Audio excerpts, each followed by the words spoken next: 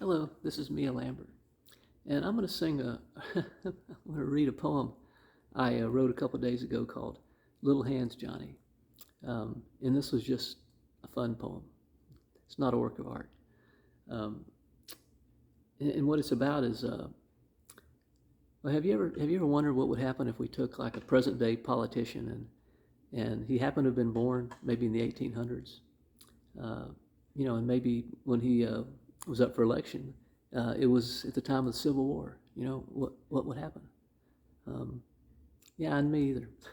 but but I was trying to think of something to write this poem about, and that popped into my head. So that's what it's about.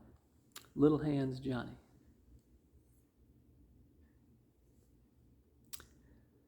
Little Hands Johnny was a small-time grifting man.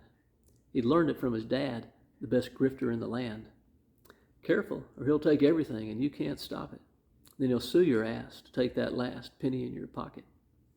Wherever Johnny went, he always rode in style. He sat high up on his horse. You could see him for a mile.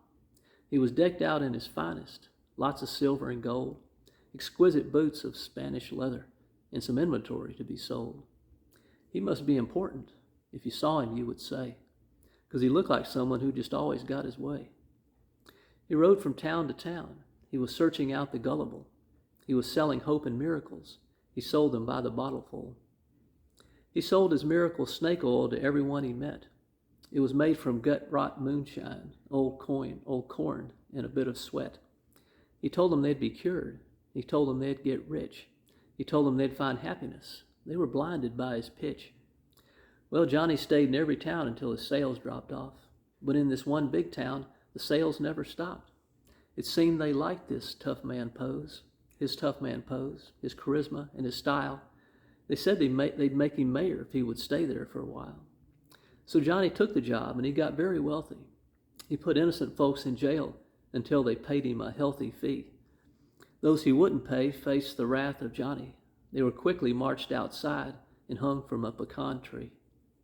But Johnny was ambitious. He was ruthless, and he was mean. He didn't care for rules and such. He just cared about the green. So Johnny decided to go big. He moved to Washington, D.C. Seemed he'd always wanted to be president, you see. Now Johnny ran on meanness and to give them what they want. To his northern friends, he's abolitionist, born and raised in Vermont. To the south, he was pro-slavery. It was a God-given right.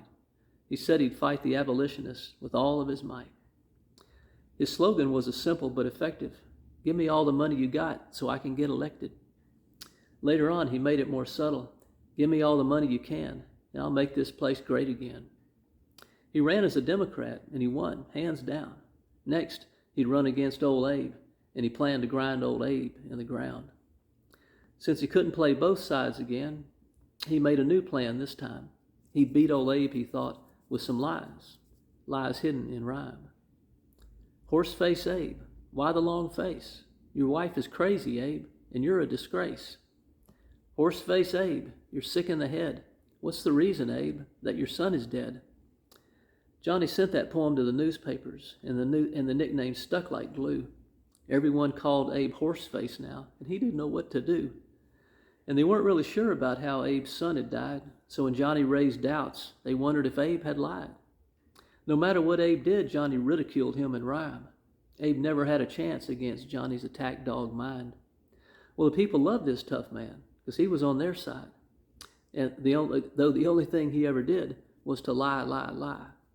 But they didn't care about that or his other misdeeds. And they didn't care at all that he was weak in the knees. They just wanted somebody new who would shake things up. So they elected him their president because they liked him so much. That was back in 1860 when he ran against old Abe. Abe never had a chance against the lies Johnny made. Once he took office, Johnny went right to work. Stealing gold from the treasury would be his favorite perk. But he also took bribes. He slandered and he extorted. He bought off all the newspapers, so he controlled what's reported. He stole from the Northern Army and he stole from the South. An equal opportunity thief is what Johnny was about. Those who praised him got rewarded with cash.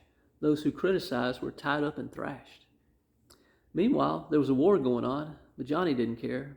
He was in it for himself. No one said. No one dared. The war raged on for many, many years with little direction from Johnny. But meanwhile, Johnny got extremely rich because he spent all his time making money.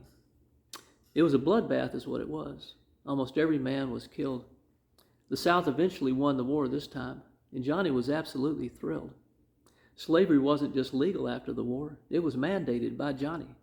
He got a kickback from every slave that was sold, and he made a lot of money. He changed his title from president to the Amazing King Johnny, and he ruled with deadly force. Then he renamed the country Johnnyland, because he liked the name, of course. It was a wild, crazy ride to the top for the Amazing King Johnny, and he'd made the place great again. Not too bad a run for Little Hands Johnny. Johnny, that small-time grifting man. Because Johnny was now the world's greatest grifting man. He'd learned it from his dad, the best grifter in the land. He'll take everything you've got, and you can't stop it. And he'll sue your ass to take that last penny in your pocket. There you have it. Little Hands Johnny. Thank you for watching.